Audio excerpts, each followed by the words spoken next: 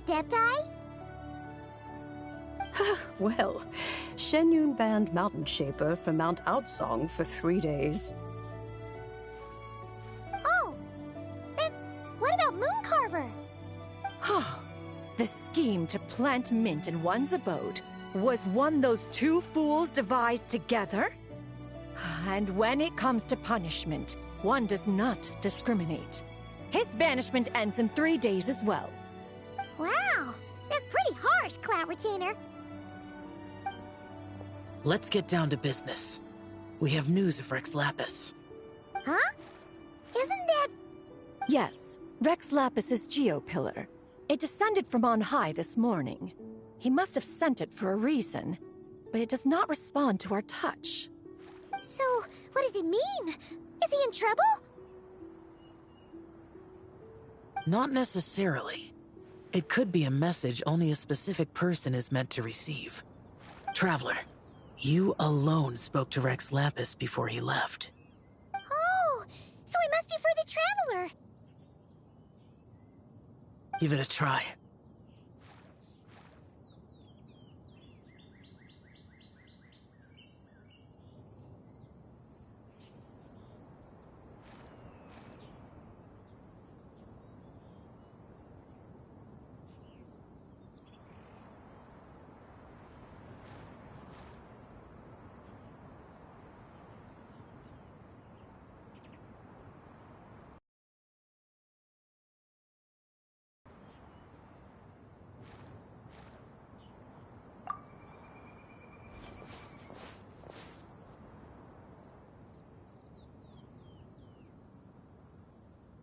Come to the spring on Mount Qingse. I have left an entrance for you.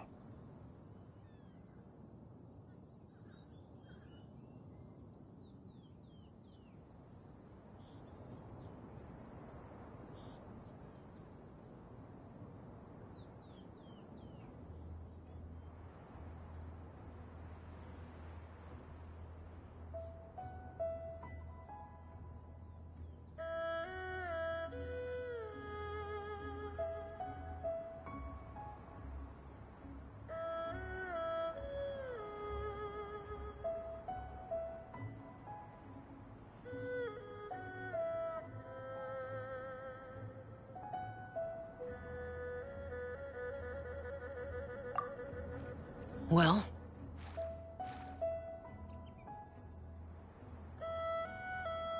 Just as one surmised, it seems that Rex Lapis will not countenance our involvement in this matter. That would not surprise me in the slightest. He's always had a soft spot for the Traveler, after all.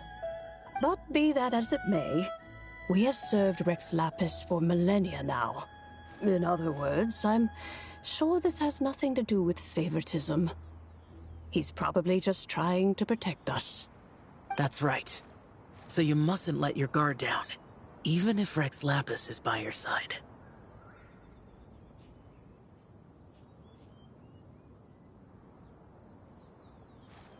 Alright, let's get going. We'll try not to keep you all waiting.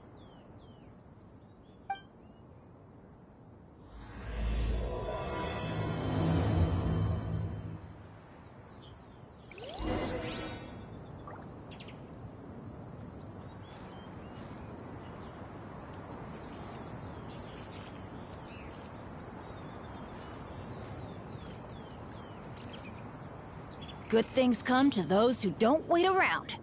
That's what they say anyway. Knowing my luck, the opposite is probably true for me.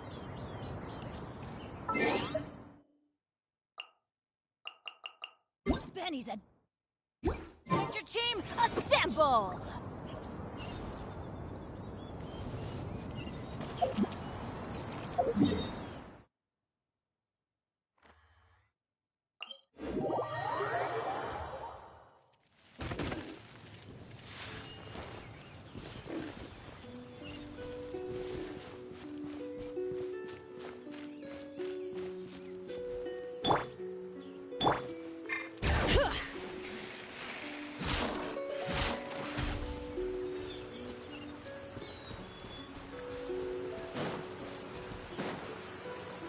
Keep your eyes peeled. It should be around here somewhere. Another test subject. That tingle? Teamwork is dreamwork! Get to work! Suffer the wrath of the...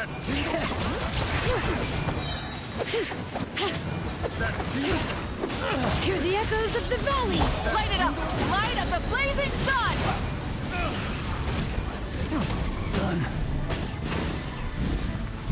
That tingle? Incinerate!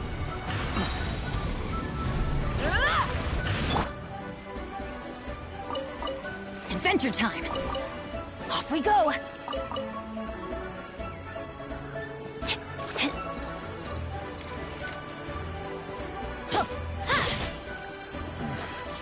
The hunter becomes the hunted.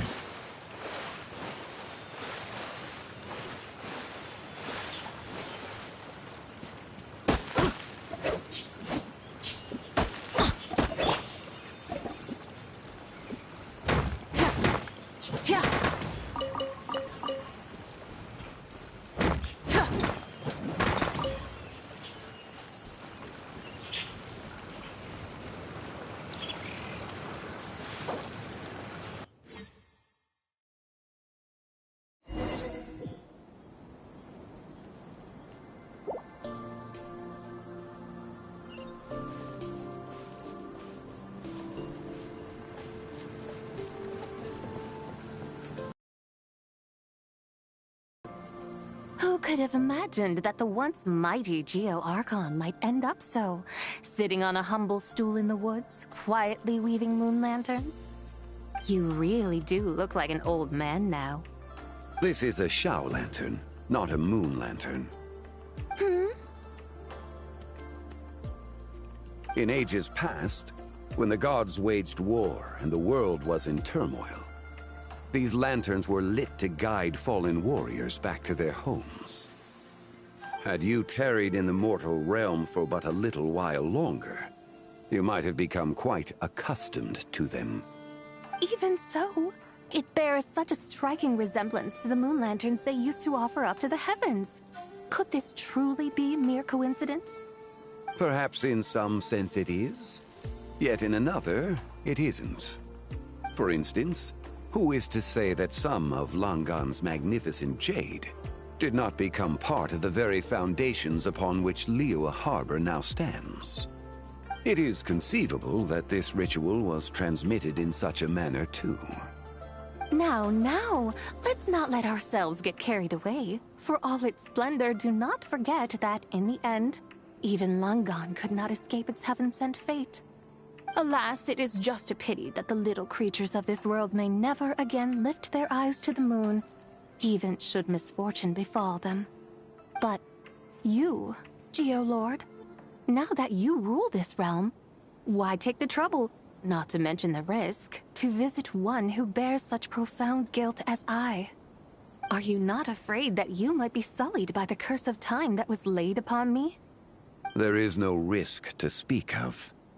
At least, not in comparison to that which you took when you defied the heavens all that time ago. As I have stated, time and again, it was not I who defied the heavens. Geo-Lord, the ancient affairs of Langan have nothing to do with me, for I am but one of her deadly selves, severed before her demise. My name is not Zibai, but Zichao. Surely you did not take us for one and the same, solely on the basis that we may all assume the form of white horses? Sorry to break it to you, but you seem to have found yourself the wrong white horse. Anyway, do tell me, what urgent matter brings... Very well, then. I have come to ask for Zibai's shade. Oh? So, the Geo-Lord has set his sights upon Zibai's human soul. And what is it that you intend to do with it? The world outside is changing. With the new moon's birth, the confines of the Shadow Moon are gradually disintegrating. In other words, the heavenly soul is set to return. Consequently, strange phenomena have manifested within Langan's former domain. leading to the earthly soul's reappearance as well. The last of the trio, the human soul, is in your possession. Most intriguing.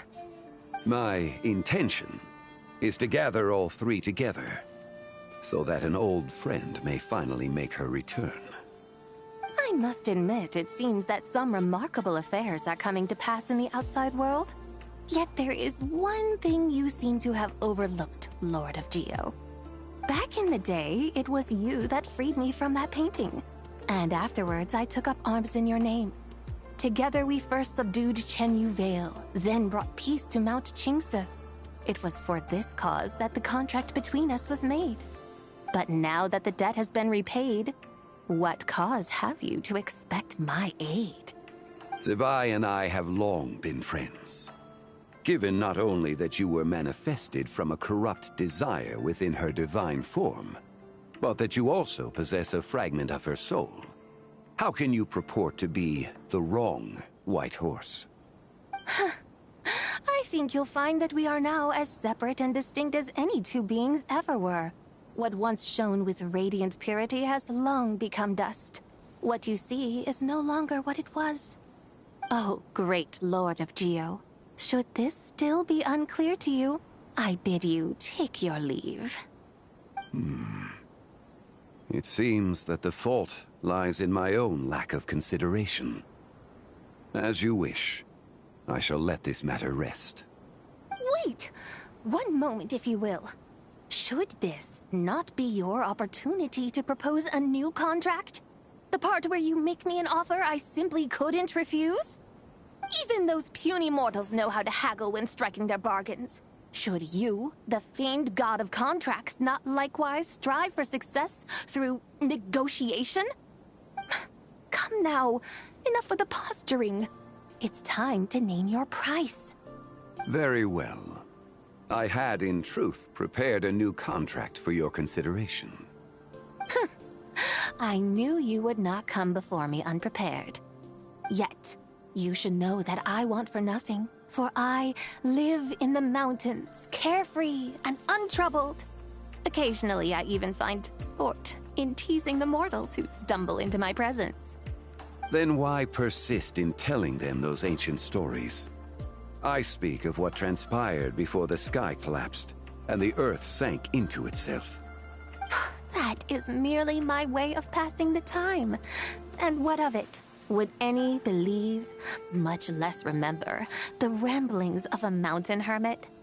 Those tales have long since spread throughout the mortal realm. Who? Should my words prove insufficient, I invite you to see the world for yourself. To this end, I have found you a pair of trusty guides. The lantern rite is presently underway in Liyue, and should prove quite intriguing for you. So this, then, is the contract you have prepared for me? Indeed it is. Think of it as a contract for a one-day festive excursion. Surely you do not hope to offer this in exchange for Tsubai's shade. The foundation of my very existence for a little excursion seems a little steep, wouldn't you say? Why not see for yourself? You can always decide afterwards. The final determination, of course, shall rest with you. Is that so? Then perhaps this deal might not be entirely off the table after all. Where then are these guides of which you speak? Hey, it's Xiangli! Oh, we've been looking for you everywhere. We thought you might have gone missing. You're here. So these are my guides. Well, well. They certainly look the part, I'll give you that. Guides? Oh, you poor innocent little creatures. The benevolent Lord of Geo has sold you to me, which means that for the rest of this day, you belong to me. Sold us to you? Just what have you gotten us into, Xiangli? The situation is not quite as dire as that would sound. I ask only that you accompany my Adeptus friend on a tour of Liyue. I would suspect that depends on how well you entertain me. Entertain you? Let us start with this Liyue Harbor, of which I have heard so much. Nowhere is quite so fascinating as a place teeming with little mortals. How come this Adeptus sounds so different from what Paimon imagined?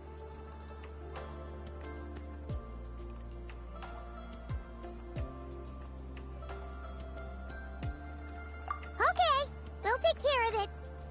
Get ready to find out why they call Paimon the best travel guide in all of Tibet.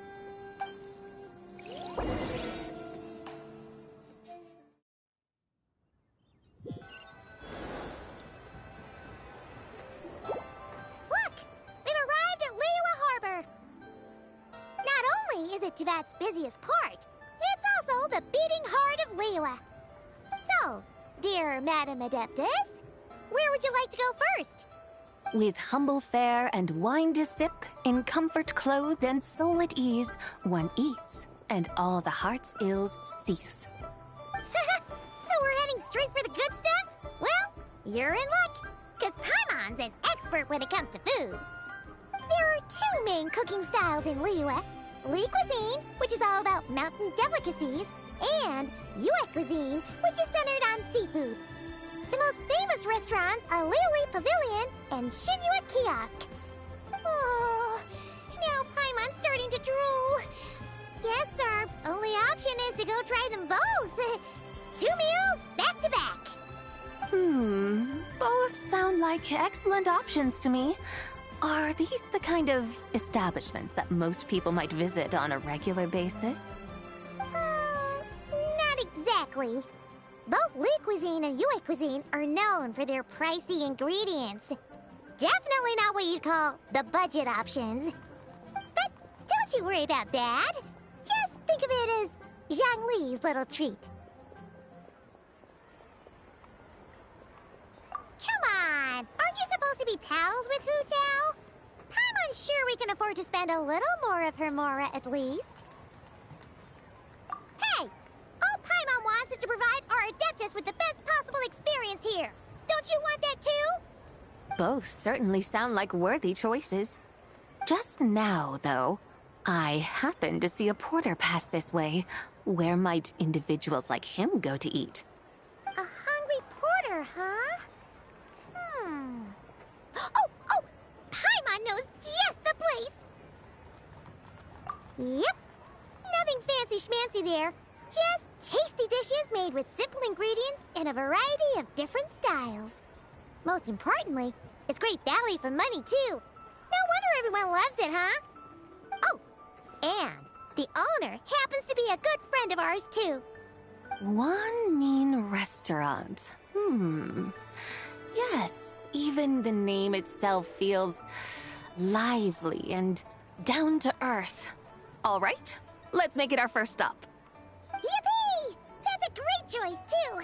Alrighty, let's head over there right away. Paimon can't wait to dig in. Wamin Restaurant, here we come.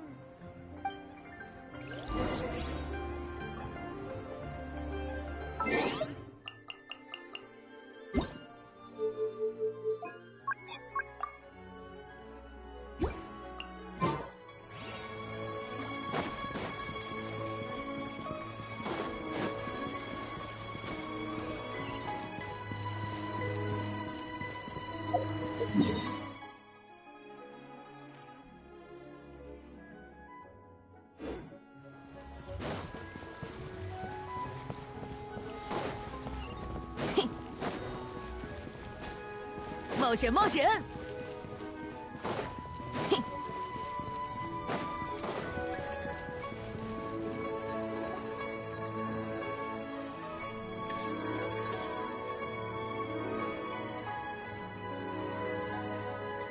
香菱，马师傅，我们来吃饭啦！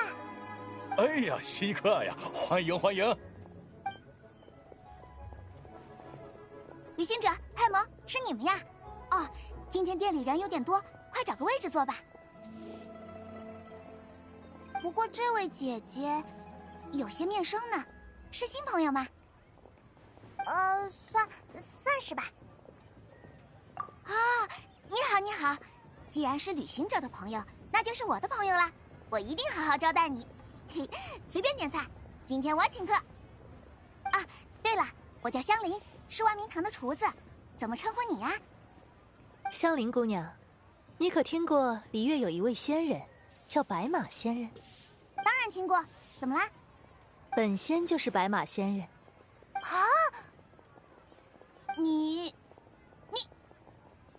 是仙人？哈哈，你们这些年轻人真会耍！香菱啊，你有点跟不上时代了。我听说现在外面流行一种角色扮演的游戏，就是打扮成一些家喻户晓的人物。这位姑娘一看就是其中高手。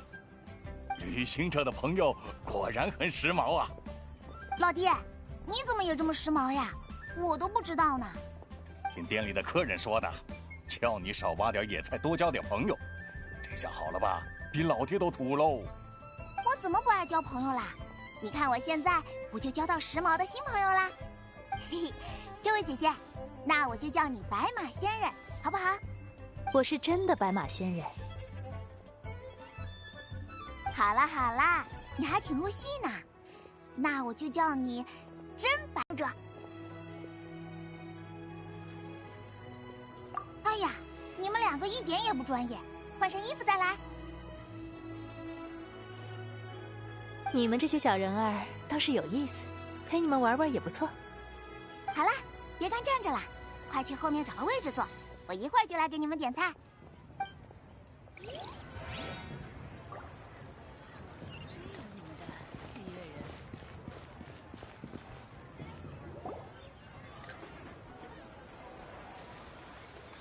请问香菱姑娘和卯师傅在店里吗？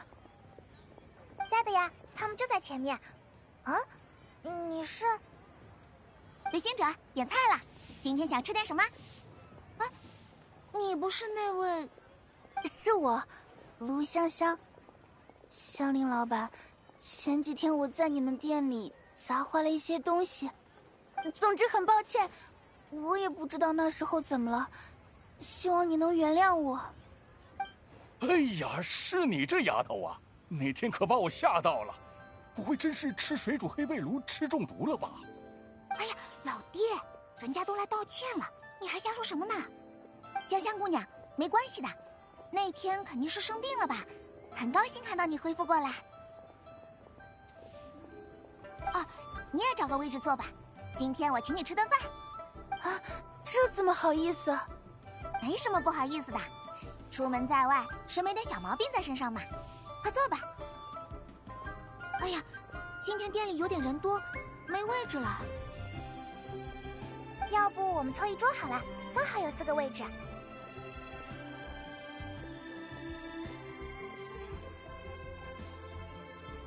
那这样真是再好不过了。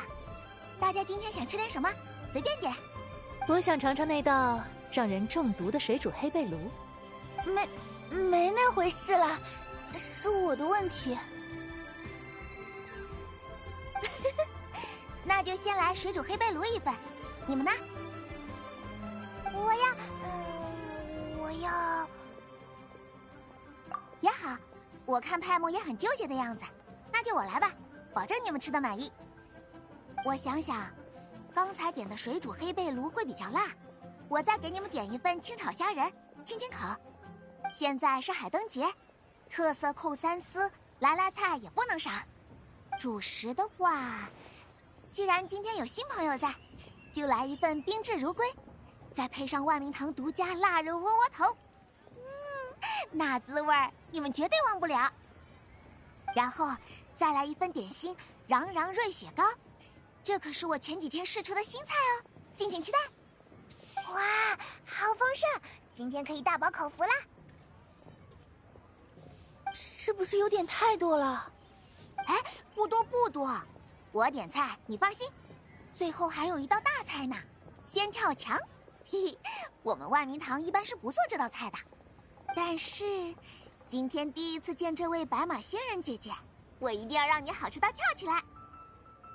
好了，你们先聊着，一会儿就给你们上菜。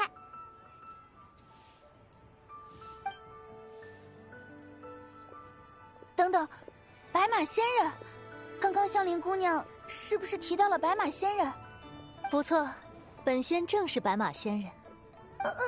是角色扮演啦，也是假的。吓我一跳，原来是演的白马仙人。如何，小妹妹？你找白马仙人有事？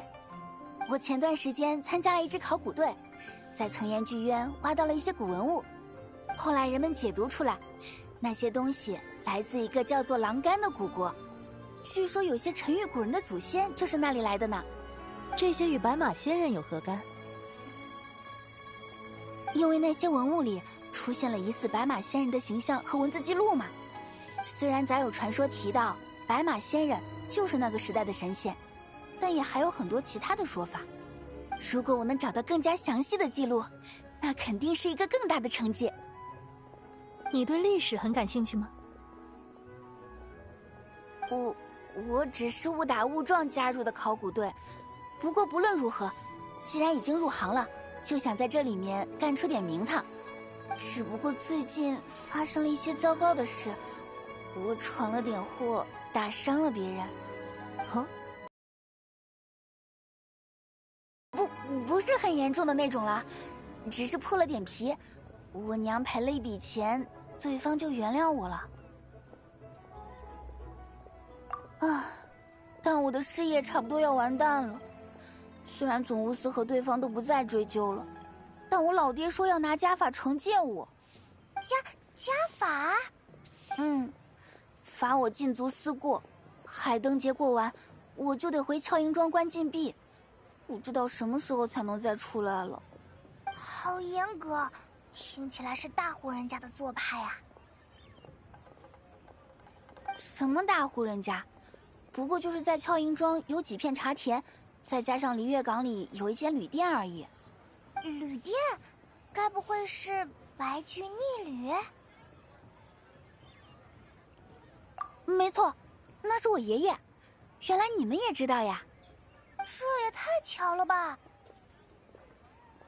我记得卢翁老板的愿望好像就是希望白马仙人显灵，但好像显得有点歪。小妹妹，听起来你家里倒是颇为富裕，何必要参加什么考古队？山野间的日子可不那么好过。可依靠家里的日子也不一定会好过吧？我爹就是个例子。最近我爷爷让他来接管白驹逆旅，他弄了一堆改革方案，第一条就是把店名改了，结果出师不利，被爷爷骂了好几天，还被说成了不孝子孙，两个人现在还在吵架呢。这个事我们好像也知道。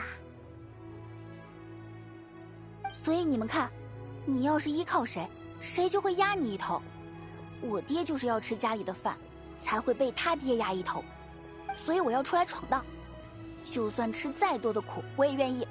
吃得苦中苦，方为人上人。你笑什么？我在笑你们这些小人儿真有趣。来世上一趟，吃尽了辛苦，只是为了爬到别人的头上去啊！我还以为该跟我一样，好好逛逛这人间呢。你有找寻过自己真正喜欢的事吗？考古、武术、种茶、开旅店。喜欢的事？总有些事做起来不那么辛苦吧？只要你喜欢它，它对你而言就不那么辛苦。可是，真的有那种事吗？当然，你没看见那位香菱姑娘吗？我看她在挥舞锅铲的时候，可没露出受苦的表情。所以要我说呀，若你非得挑口苦来吃，那就该用尽力气去找到让自己觉得带点甜头的事。比如说角色扮演。算是吧。演白马仙人他可是专业的。我明白了，也许在回家前，我应该和香菱老板交流交流。久等了，上菜喽！哇，好香！这终于可以尝到这道有毒的水煮。都说了不是他的问题啦，真要说的话，那可还是另一个你的问题。你怎么了？好了。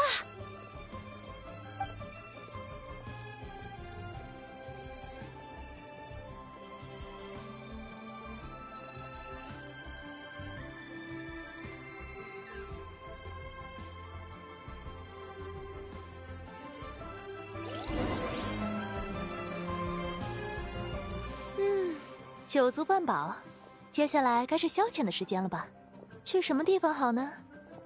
璃月人的消遣可多了，喝茶、遛鸟、下棋、听戏、听书。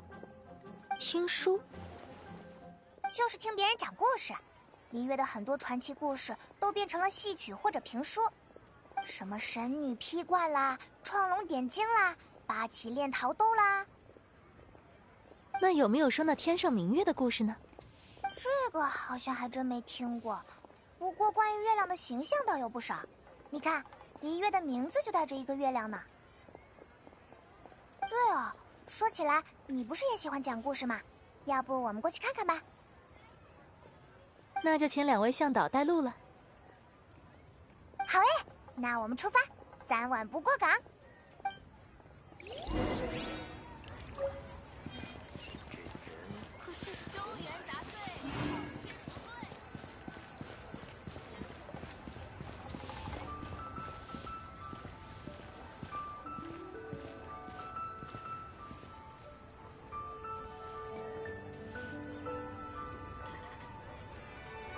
这词儿真拗口，我要是没准备，就在台上念这个，还不得给人笑死啊！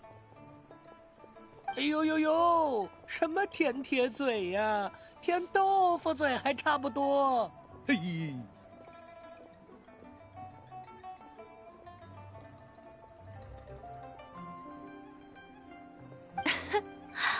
我原先也与您差不太多，不过只要细细领会这词中含义，记在心里，再通读几遍，不用多久就顺了。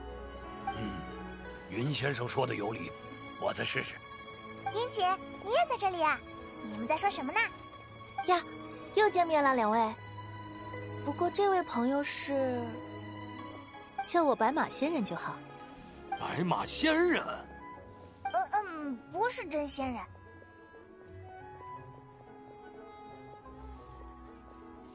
原来是这个白马仙人，你们可真会玩。哟，你们别说，这个我可熟得很呀。以前为了说好演绎创龙点睛，我还假扮过阎王爷呢，就为了好好体会那份镇压妖魔的帝王心境。你这个听起来好像只是为了获得心理满足的幻想。切，我们文化人的事，你不懂。哈，我怎么不是文化人了？我跟着旅行者走南闯北，见过的事说出来吓死你哦！你说你是文化人，那你给大伙儿念个古诗一首听听。古诗一首？古诗哪首？你看看，露馅了吧？这诗名就叫《古诗一首》。哈，哪有这种奇怪的名字啊？您也就别调侃派蒙了。关于这些，我们也是最近才学习到的，就是最近那批古物上的文字，因为原先不知道是什么意思，就暂时叫它古诗一首。直到最近一些学者解读出了大概含义，才发现它可能是祭祀月亮与白马仙人的诗歌。哦，我好像记得克勤也说过，是不是跟那个琅玕国有关系？没错，总务司今天发了公告，说今晚月亮可能会消失，但是大家不用惊慌，不会有什么危险的。如果还感到担心，可以效仿古人，念这首诗歌来呼唤白马仙人，他就会保佑月亮和我们的平安。哎，这么神奇，快让我看看这首诗写了什么。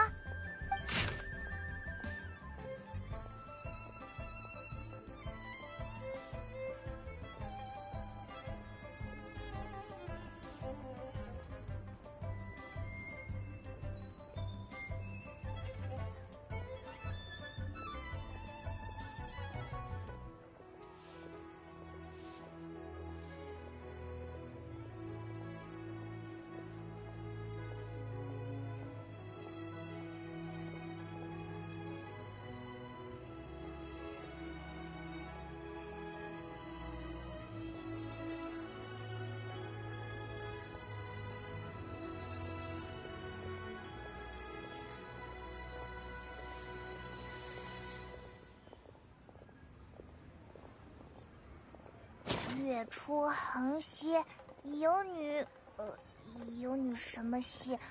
兹我格桑，为什么事宜？月出横溪，有女，这个字怎么念？兹我格麻，什么什么是什么什么？哎呀，跳过下一句。什么在什么？什么什么之卧，什么什么白骨？这都是什么乱七八糟的？蕾丝在山，标滚之卧，伯爵白骨，石寒思活。哦，你怎么都没看词就念出来了？哎呦呦呦！看来今天遇上行家了啊！这位姑娘对白马仙人研究得很透彻嘛，不愧是她的扮演者。因为本仙正是白马仙人。漂亮，就得有这样的心态才能入戏。本君正是阎王帝君。这位姑娘，我太懂你了，我当年也这样。你这人倒也有几分趣味。这位白马仙人小姐，与您相逢实在有幸，不知您是否懂得此事的全意？我对它还有些疑惑。你想我为你示意？希望能向您请教。有趣，如今的璃月都这样有上古之风吗？璃月人喜好历史，但也不仅是这样。我就有一位朋友，专研来自枫丹的摇滚艺术。对喽，不还有姑娘你和我这样精通角色扮演的人吗？所以与其说如今的璃月上古，不如说百花齐放，百家争鸣更合适。原来如此，那我为你们解惑也无妨。其实这只是一首简单的祈福诗，它的意思是这样的：横月爬上夜空，有佩戴着琼珏的女子下凡，她保佑葛草和桑叶茂盛，用来做粗布很舒服。红月爬上夜空，有佩戴着琼搓的女子下凡，她保佑葛草和麻叶茂盛，用来做细布很华贵。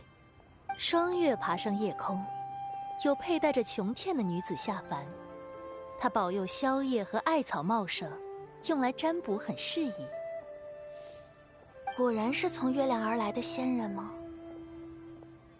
他教导人们用耒耜除草翻地，使土肥沃；用帛播种谷子，使每一粒都孕育生机。他保佑粟米豆子茂盛，粟苗和豆苗绵延不绝。他保佑麦子水稻茂盛，麦子和稻子的穗实丰盈润泽。哇，他好会种地。取来庄稼时制成美酒，做好进献上宾的准备，把它们供奉给神女，要使所有礼仪环节完备，让她知道我们的虔诚与尊敬。神女啊，你飘然空中的样子，如何不像是天仙下凡？神女啊，你那皎洁的样子，如何不像是保佑我们的设计神？将我的心愿放飞上天，祈祷来年能得到吉祥与福气。原来是这样的意思啊！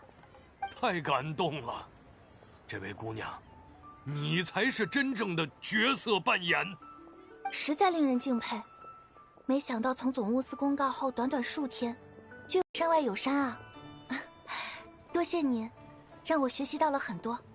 这位小妹妹，你过谦了。反倒是你，还有今天的璃月港，才让我有些意外呀。听起来，您似乎不是璃月人。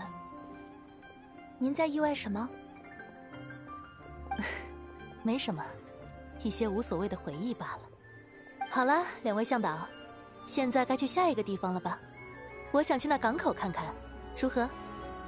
没问题，今天你想去哪里就去哪里。要走了吗？对了，我是云汉社的当家云锦，敢问您尊姓台府？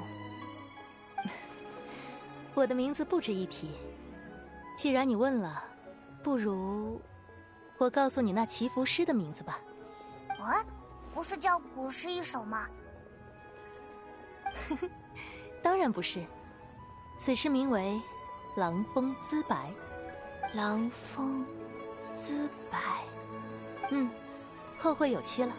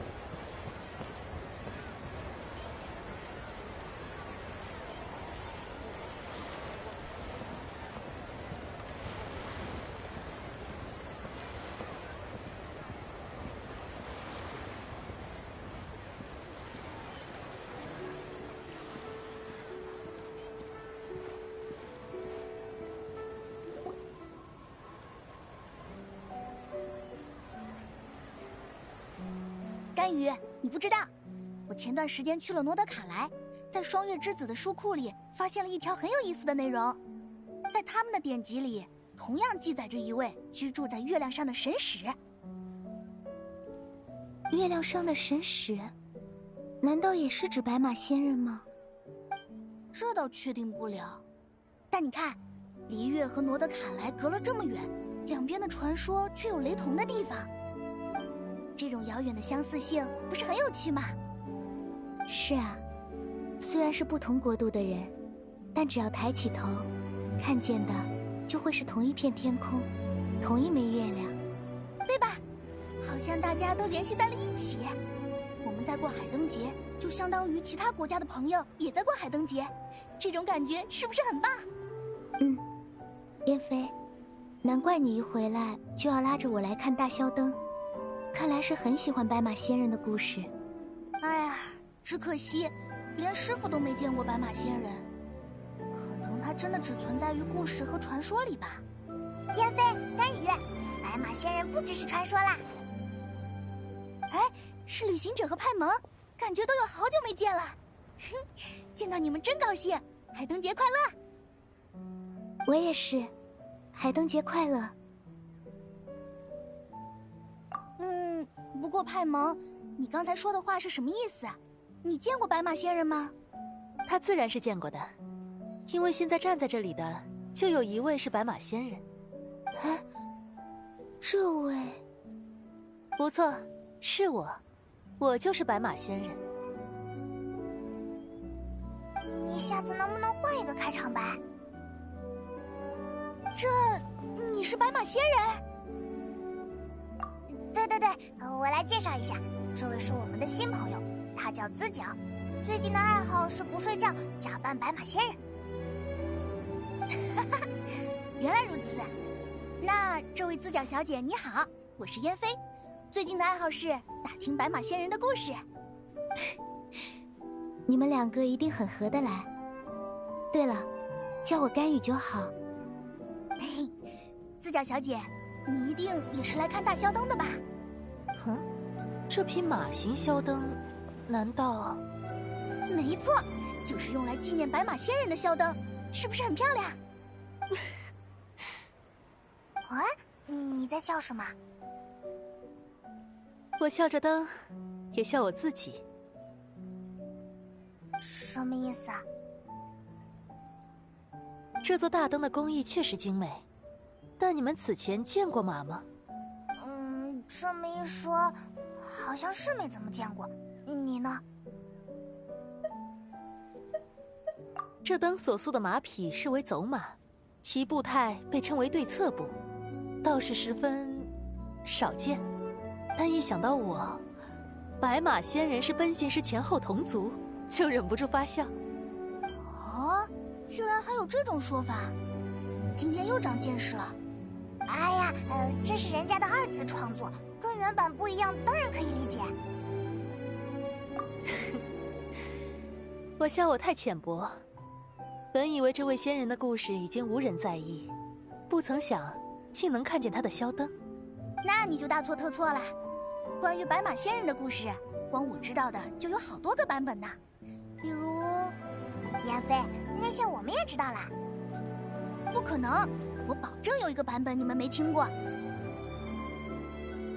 啊，都这个时候了，还有新版本吗？当然，是昨天才从甘雨这儿听来的呢。哎，甘雨，不如你再给大家讲讲。好吧。让我想想该怎么说。你们还记得璃月的逐月节吗？哦，是纪念纪念灶神的节日。没错，但灶神节其实是经历了很长很长的时间演化而来的，而它最早的形态是一种名为逐月的仙家典仪。平姥姥好像是这么讲的，但没讲逐月典仪具体是指什么。据流云真君说，逐月其实是一个用来与月亮沟通的典仪。与月亮沟通？沟通什么？流云真君原本也不清楚，因为司仪之人一直是阎王帝君。阎王帝君听起来是很重要的仪式。没错，但很可惜，典仪虽然举行了很多次，但月亮却始终没有回应，所以后来它才渐渐消失了。但就在昨天，克勤带着一张月，真君看到画片，突然醒悟过来一般的说，逐月典仪很可能就是用来尝试沟通白马仙人的典仪。这该不会是说钟离以前就在试着复活白马仙人吧？怎么样，这可是独家故事，是不是没想到白马仙人居然和逐月节有关呢？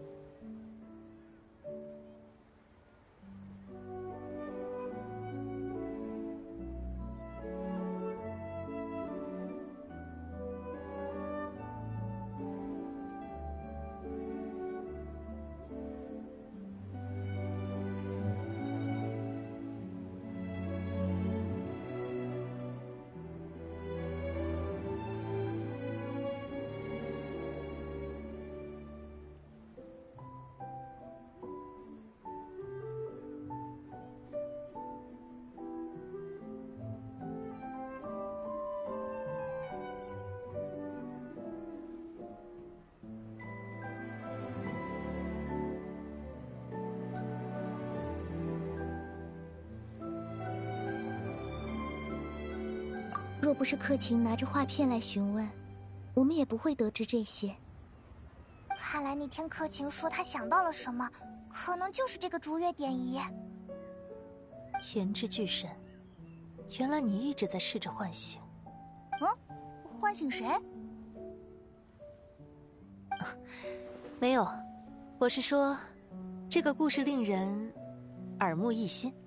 对了，两位向导，这璃月港里有没有视野开阔、风景秀丽之处？这就要去下一站了嘛，我还没品味好这个故事呢。正因如此，才需要一个合适的地方来回味啊。原来几位是在游览璃月港呀。既然要找视野开阔的地方，不如去玉京台看看吧。对呀，那里地势比较高，比起从港口看大海，从那里远眺会更加心旷神怡呢。说起来，我们也该回师傅那里了。再过不久，海灯节就要开始啦。希望晚上在会场能与几位再见。你们也要走了吗？那回头见哦。回头见。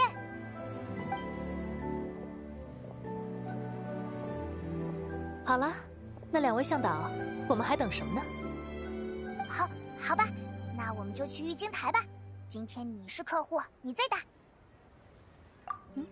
你还有事？哎，是个好主意。留影是什么？是一眨眼就能记录一个瞬间的超厉害发明哦。哦，需要做什么准备吗？什么都不需要，你只要想好自己要摆什么动作就可以了，其他的全部交给旅行者就好。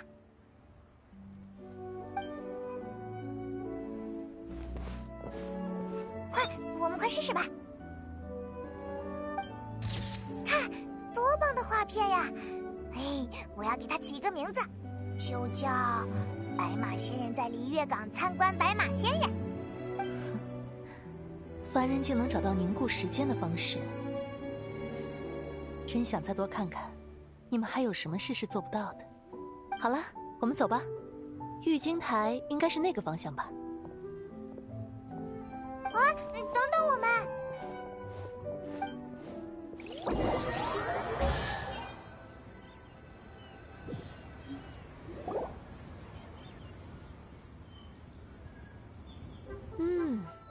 这里的视野确实不错，恰好太阳要下山了，这时的璃月港更有别样风情。对啊，再过一会儿大家就会放宵灯了。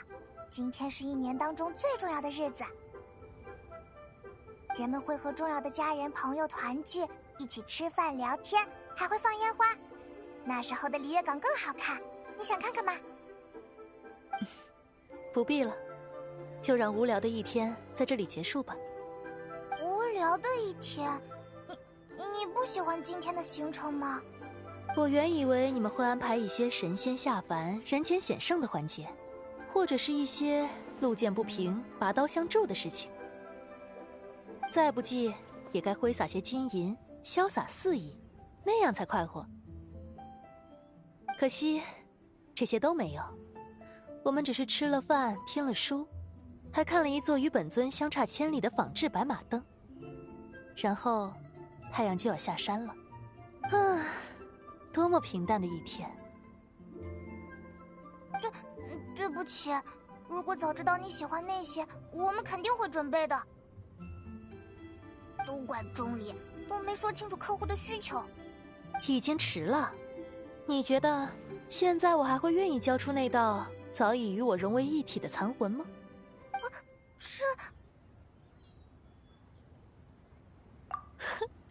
果然还是你这小人儿比较机灵啊！你在吓我？当然了，看来元神的国度会让人变得更加严肃。难道你只是在开玩笑吗？不然呢？我不过想跟你们再多扯些闲话而已。曾经我也遇到过一些凡人，与他们说了一些故事，我以为那些不会被记住，但是我小看了他们呢。或许就如你们的阎王爷所说，昔年郎干的琉璃美玉，或许真有那么2、3块化作了此间国度的基岩。所以你是决定要帮我们了？是啊，早就决定要帮你们了。当我走进这座城市的时候，我看到了一些有趣的画面。脚夫穿过街巷，弹弓卸下木箱，货郎推着小车走来，上面挂着的风筝和灯笼发出晃动的声响。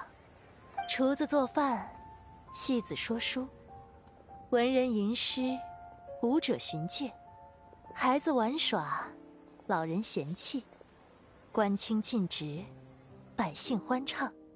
他们中有人找到了自己的热爱，也有人还在为前程发愁。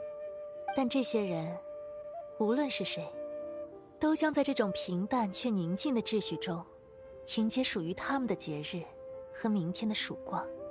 我曾经渴望在栏杆见到的画卷，出现在了数千年后的璃月港中，真是妙不可言的人间呢。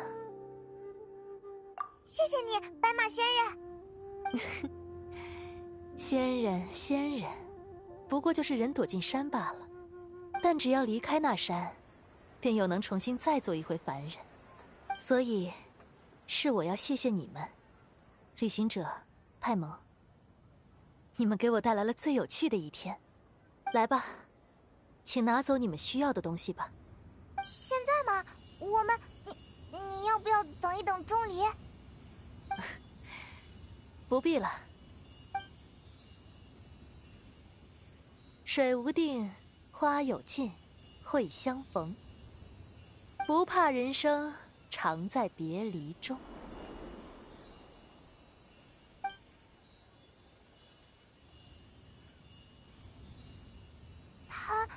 他离开了吗？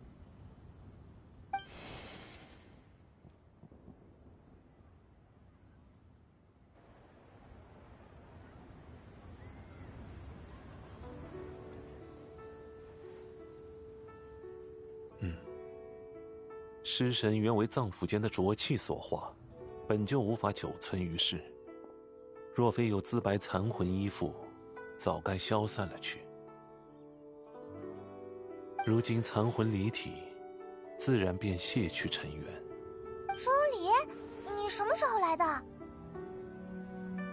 已有些时候了。我还以为你会想来告个别。纵使山石不移，流水亦能抚其棱角。时至之症留在他身上的刻痕，我当谨慎面对。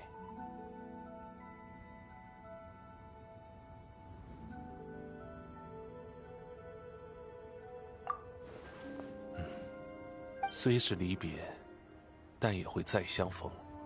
真的吗？什么时候？也许在无数岁月以后，也许在今夜的海灯节。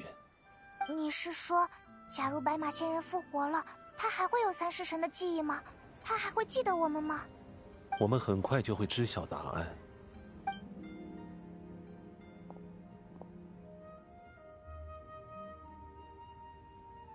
海灯节要开始了。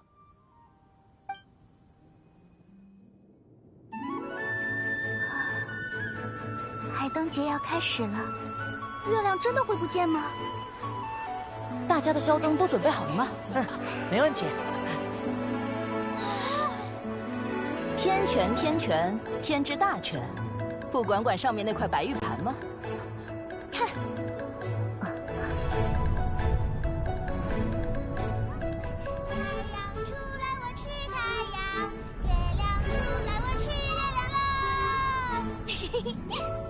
哇，这就是月食吗？月出横溪，有女居兮，兹我格桑，为系事宜。月出红兮，有女撮兮，兹我格马，为赤事宜。月出收兮，有女片兮，兹我萧爱，为事事宜。类似在山，标棍之握，伯爵白骨，时寒思火。自诉自述，其苗绵绵；自述自吐，其实若若。取实见理，为想为作。征必比君，以洽百里。比君纤纤，忽然而天；比君皎皎，忽然而际。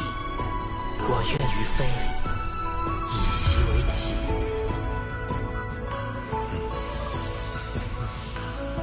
昔有忠魂，似那飞鸿散东西。今我引灯，惟愿英灵无其名。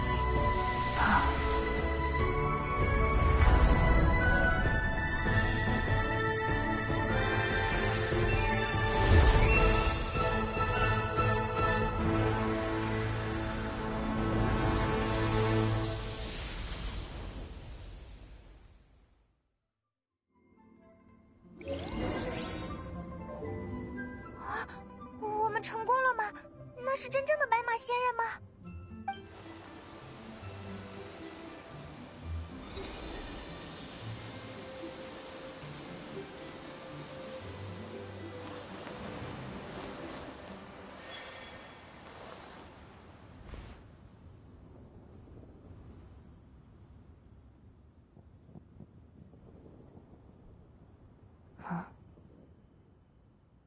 此处是为何处？此处名为璃月。璃月，岩间琉璃，云间月。那你们又是何人？完了，他好像没有之前的记忆。这漫天的灯火又是为何？万家极乐，遥叩方尘。何人方尘？吾有资白。资白？资白就是你呀，你想不起来了吗？是我。哦，是了，我是月宫之使，我名资白。那你是？你是那岩主天星。旧日一别，已是许多年月。吾有资白，会迎归乡。归乡？但这个叫做璃月的地方，为何既陌生又熟悉？你是？我记起了，你是那位囚徒的武兽少年。收徒一事可曾顺利？是否已经逃离满门？喂，完全记错了吧？那个是佳明。啊，你不是那人吗？哦，对，你是那不知天高地厚的黄毛小儿。屡次三番前来阻我，还妄图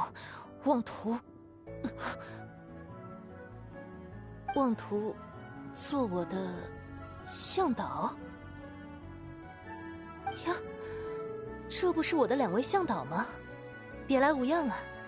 这下虽然是没认错，但感觉更不对劲了呀，就像脑袋里塞进了史莱姆糊糊一样。或是神魂出河，灵智混乱，尚未恢复之故。啊，意思是说人没睡醒，还有一半在做梦吗？或是几日，又或是几年，我也不能定论。几年？天人入梦，难以凡间岁月度量。好吧，不管怎么说，至少现在在我们面前的是完整的白马仙人。这样就已经很好了，对吧？无需多虑，静候时间便好。呀，那些小人儿是在做什么呢？大家都在过海灯节呢，天上的那些都是宵灯，今年的每盏宵灯里都有一个小小的心愿呢。海灯节？那我可以加入吗？当然了，我们忙活了这几天，不就是为了这个吗？不如我们再带白马仙人去逛一逛海灯节吧，去见一见新老朋友，说不定会恢复得更快一些呢。钟离，你肯定也没有别的事情了吧？和我们一起去怎么样？如此也不错。对了，白马仙人，等会儿不要忘记和大家打招呼哦。我们一般都说海灯节快乐。海灯节快乐。海灯节快乐。海灯节快乐。嘿，那我们出发吧。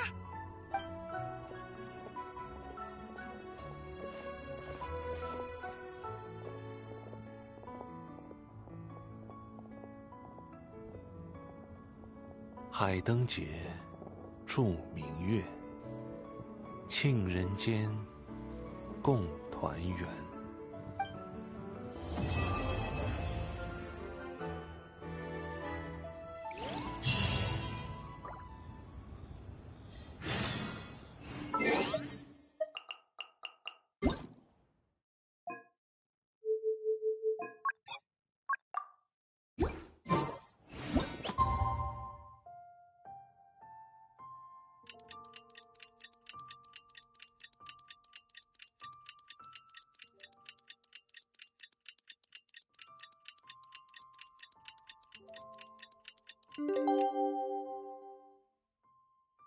Oh, wow! Paimon wonders how the White Horse Adeptus is getting along.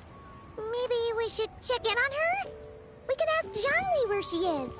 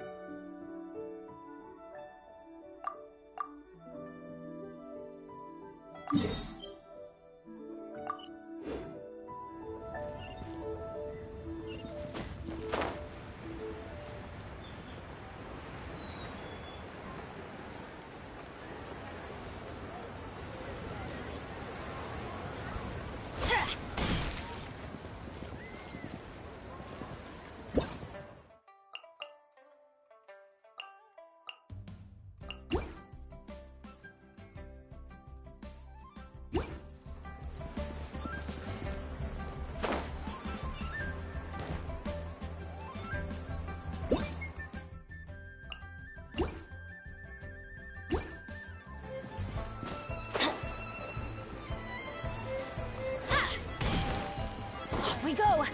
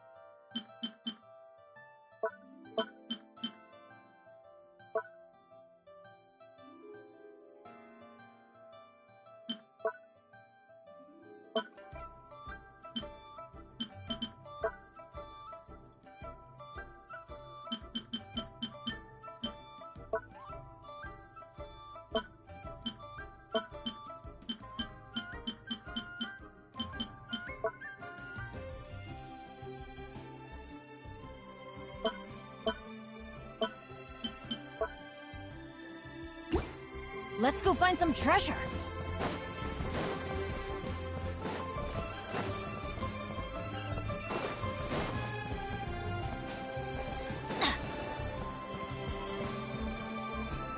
Everybody stand back!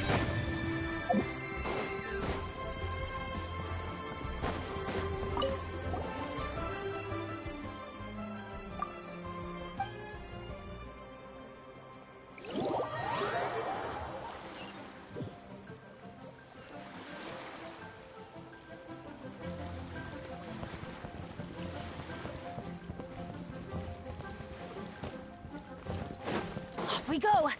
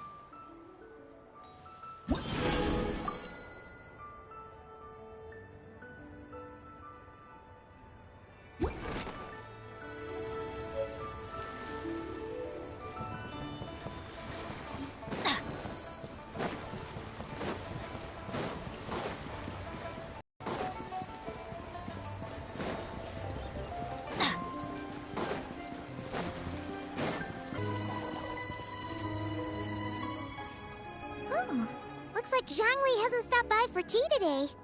Hey, are you two looking for your friend? Try going up that way. Is Zhangli up that way? No, but that young lady who was dressed up as the White Horse Adeptus the other day is. She's your friend, right? I just saw her head toward Wanmin Restaurant. I was wondering why she was eating alone. But then you two showed up hot on her heels. Oh, what luck! We were just on our way to find her. But what's she doing at Wanmin Restaurant? I have no idea. I said hello, but she completely ignored me. She couldn't have forgotten who I am, right? I mean, we're kindred spirits, aren't we?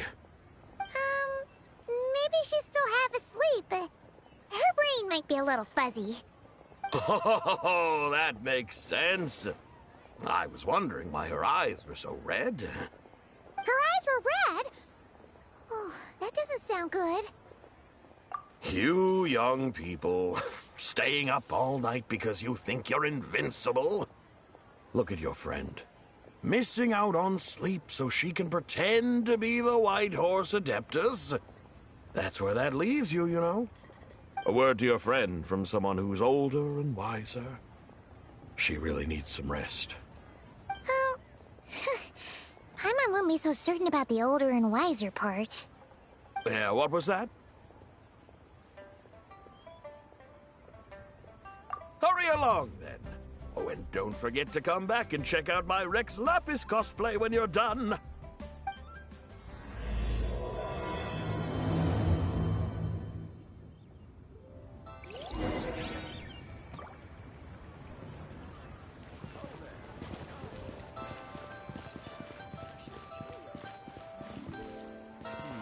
Should I save this money or invest it?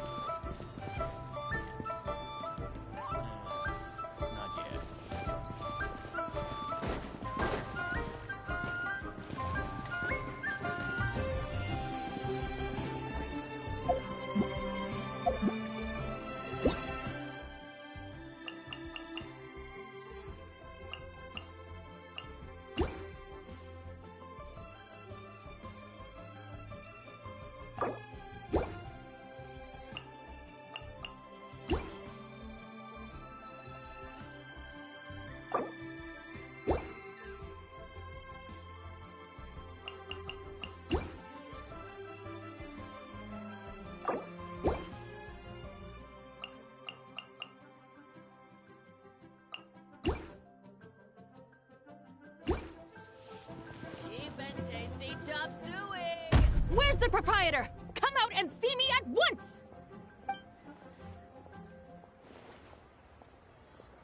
Xiangling and Chef Mao aren't here right now. What can I help you with? And who might you be? My name is Shenhe. I work here at Wanmin Restaurant. Shenhe. Shenhe. Are you that crane adeptus who loves planting mint? It's been a few days. Have you improved your gardening skills? Did you manage to cover the slopes with mint? Mint? I don't know anything about mint. But I am familiar with Qingshen and glaze lilies. Ha! Already casting mint from your mind. How can a practitioner of self-cultivation be so fickle, chasing after every new plant that catches their eye? I'm not sure I get what you mean. Are you delirious from hunger? Would you like something to eat? Shenhe! Whitehorse and Zabai! So this is where everyone is! Traveler, Paimon. It's been a long time. Happy Lantern, right? Is this customer a friend of yours? Don't mind her, Shenhe. She's just a little cranky because, she didn't sleep well last night and she's only just woken up. Look how red her eyes are. I see. In that case, Miss Zabai, I have a tonic here infused with Qingshen. It's cool and soothing when applied to the eyes. Would you like to try a few drops? Stop right there! Who are you two noisy children? Hey! Have you forgotten about us already? Guides. Yes, I seem to recall something about some guides. Ah, yes, now I remember. What luck! I was just looking for someone to show me the way to Elong Wharf. Huh. Is she starting to come around? Someone requested my help in purchasing some tea leaves. I was informed they have discounted prices during the festival and that I shall get a good deal there. Tea leaves? This sounds like Zhongli's doing. He sure knows how to get people running errands for him. Your friend Rex Zhongli initially requested the most expensive tea, but then a young lady in a hexagram hat mentioned he'd burned through the Wangsheng Funeral Parlor's yearly expenses at an exhibition a few days ago. As such, he is only permitted to buy items that are discounted this month. Oh, that's his boss, Hu Tao. It's about time she realized the problem and put a stop to his spending sprees. Oh, I see. So that's why you're here. Unfortunately, Wanmin Restaurant doesn't sell tea leaves. If you're truly in need, I could gather some wild tea from the mountain slopes. You don't sell tea leaves? But I remember your boss, Miss Lu, saying that she owns tea fields. You really should get some rest. The person you're talking about isn't the boss of Wanmin Restaurant. She's just like you. She came here to eat. Is that so? Life really is full of surprises. What surprises? Your brain really is as gooey as a pack of slimes. Paimon can't believe Zhongli entrusted you with going all the way to Yilong Wharf and buying tea.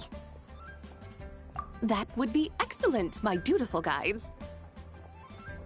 Ah, yes, Miss Crane. I apologize profusely for my improper behavior just now. Please forgive me. I completely understand. Master often says that the human body is like a mechanism in need of regular maintenance. When a person cannot rest at night, they are sure to become irritable and on edge. Miss Crane, you appear reasoned and compassionate on the surface, yet I sense dark forces churning within your spiritual core. Those red ropes you wear are what bind them, am I correct? Oh, you can sense that? Indeed. I also sense that with your strength, you might try undoing one or two of those bonds when training. Untie Shenhe's ropes? Wouldn't that be risky? Though the use of red ropes to bind the soul is a wondrous technique, practitioners must eventually learn to break free from external aids and look within themselves for restraint. Master has told me similar things, but I I am not ready yet. Your self-cultivation has progressed far enough. Then I will seek further guidance from my master. If you still have doubts, you can find me at the Baiju guest house. I'll be taking up residence there for a while. For now, my dutiful guides, let us be off.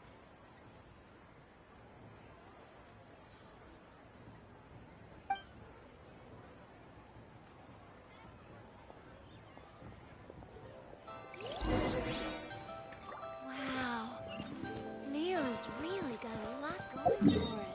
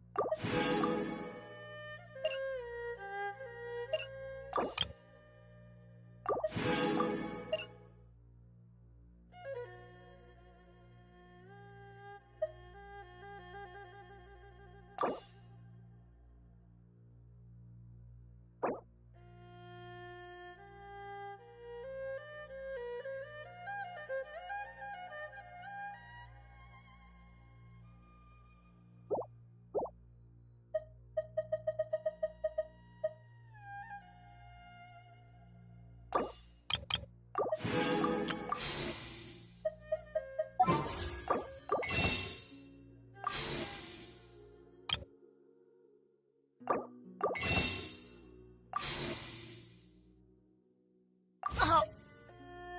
Wow! Where did that come from?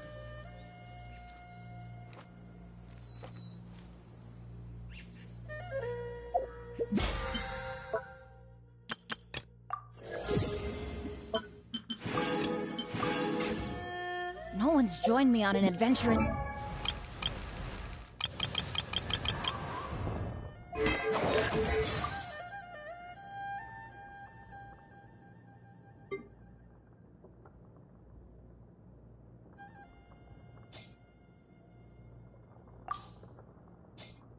ages. Come on, let's go!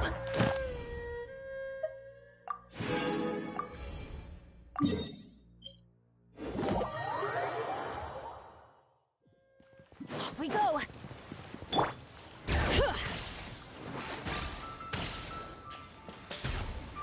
Ad Astra Abyssosk. Welcome to the Adventurers Guild. Thank you for completing today's commissions. Here is your reward.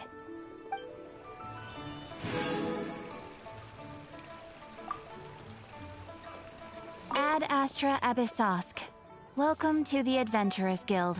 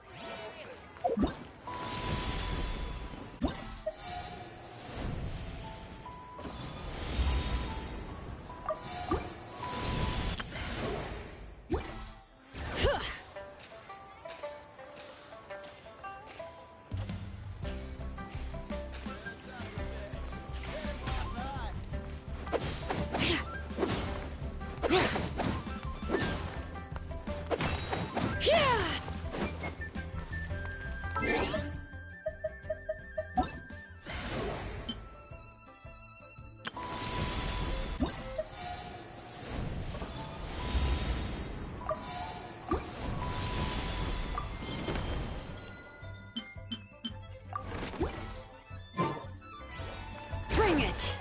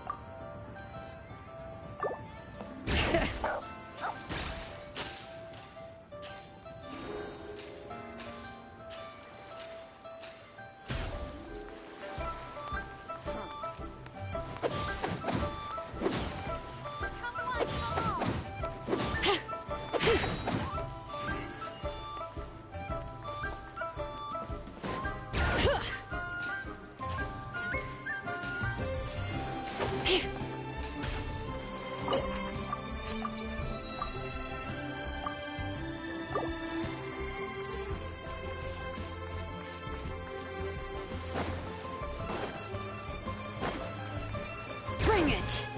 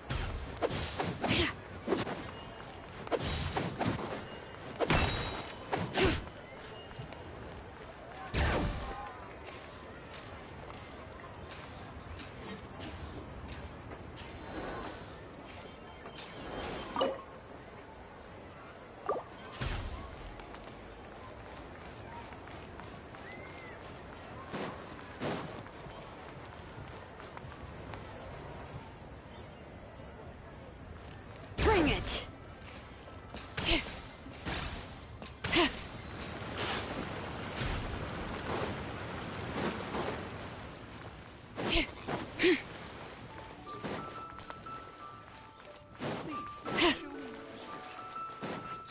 What this says.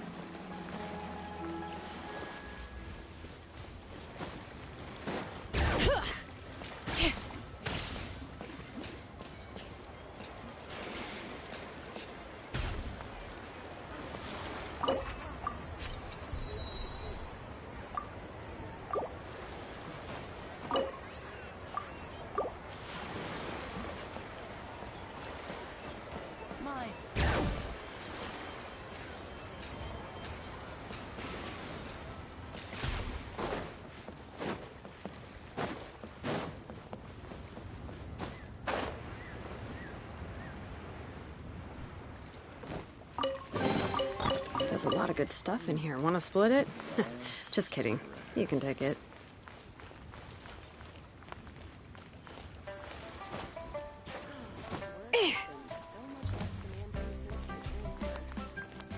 Bring it!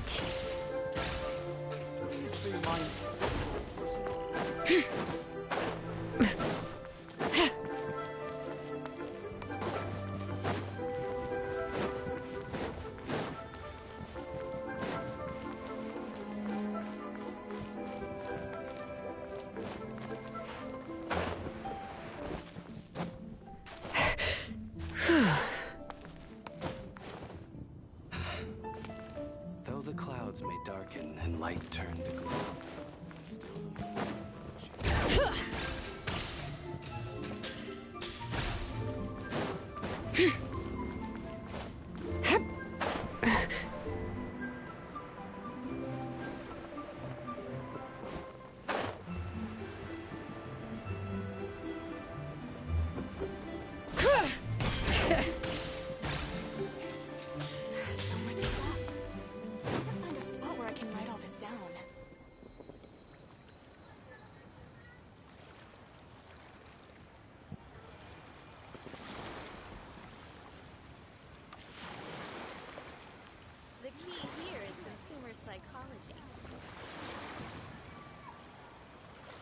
We should, take a break after all that running around.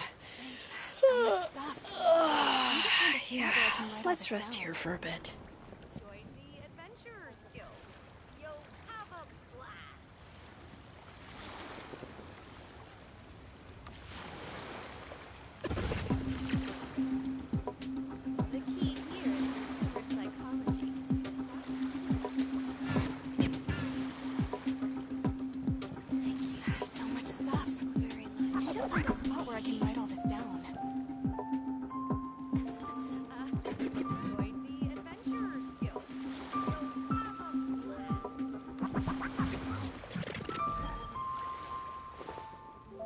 The key here is consumer psychology.